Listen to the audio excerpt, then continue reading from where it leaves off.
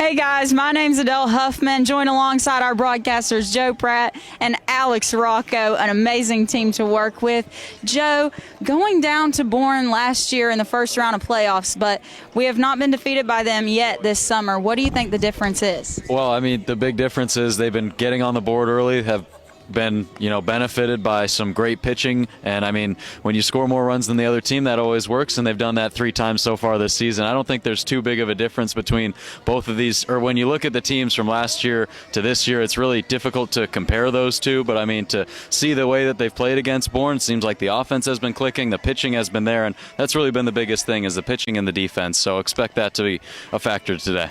Yes, and when we have good pitchers out there, we can expect an amazing game. And Alex, what do you think are some strengths we can rely on in today's game?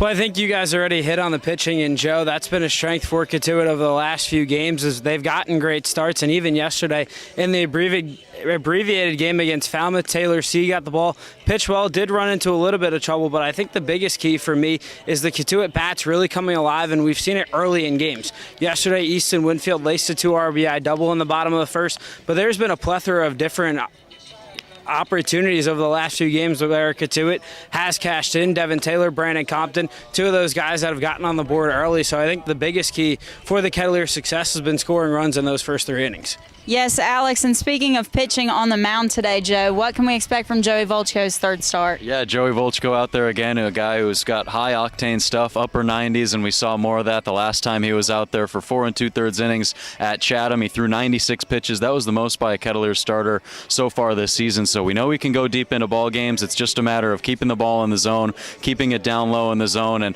not pitching to hard contact. This is a Bourne team that is at the bottom of the league in home run slugging percentage, so that hard contact is kind of hard to come by. So for him, it's going to be about throwing strikes, not walking too many batters, and it should be good from there on out.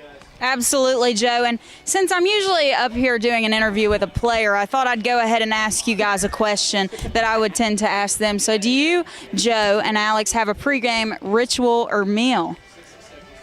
Oh, going to me first. I mean, always a good lunch. I mean, usually like a good sandwich or a good big breakfast at around noon, and a shower, go to the ballpark. I mean, not much more we can do other than that, but rinse, repeat. It's every single day, and today was the 33rd time I think we've done it. So.